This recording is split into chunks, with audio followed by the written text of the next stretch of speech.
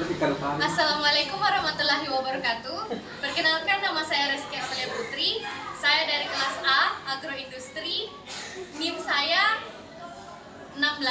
Dan di sini saya akan menjelaskan tentang prototipe kulkas atau yang biasa kita kenal mesin pendingin.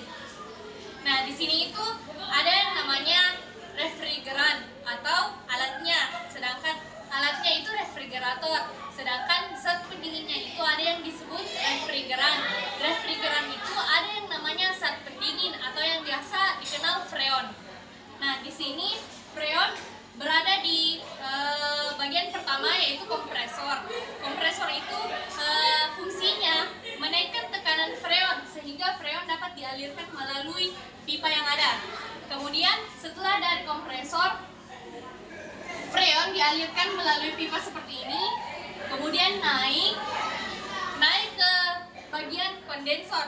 Kondensor itu sendiri di mana terjadi proses pembuangan kalor atau panas sehingga freon dapat didinginkan dari gas menjadi cair.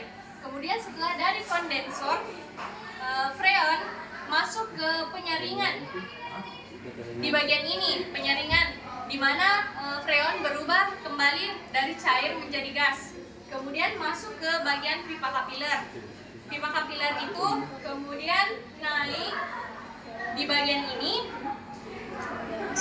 lalu masuk ke bagian evaporator, di mana terjadi penarikan kalor sehingga freon yang ada di bagian evaporator ini menghasilkan hawa dingin, atau apapun yang masuk ke dalam bagian evaporator menjadi beku atau dingin. Sekian penjelasan dari saya mengenai prototipe kulkas. Lebih dan kurangnya mohon dimaafkan. Wassalamualaikum warahmatullahi wabarakatuh.